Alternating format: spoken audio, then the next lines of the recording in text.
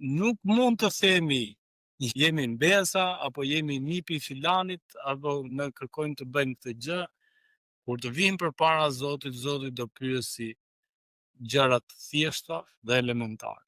A e njeh Jezusin? A e ka pranuar Jezusin si shpëtimtar? A beson? Atëherë do jetë shumë vonë, po. A beson që Jezusi u kryqëzua dhe u ringjall? A je pa gëzuar?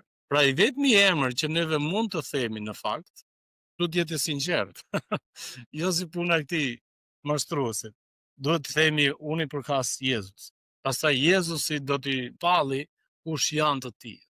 Dhe ky është bler me gjakun e tij. Dhe pastaj çështja do të vazhdojë duke Zoti duke pyetur ose duke na treguar se çfarë jete kemi bërë.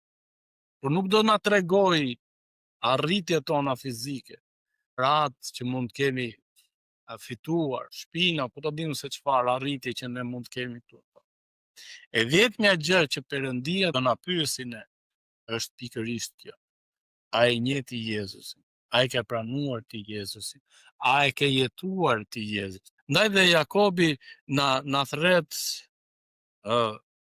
që kemi kujdes, jemi të duruar, bëj, thot gjithashtu, zhvilloje dëgjimin tënd, dëgjo fjalën e Perëndisë.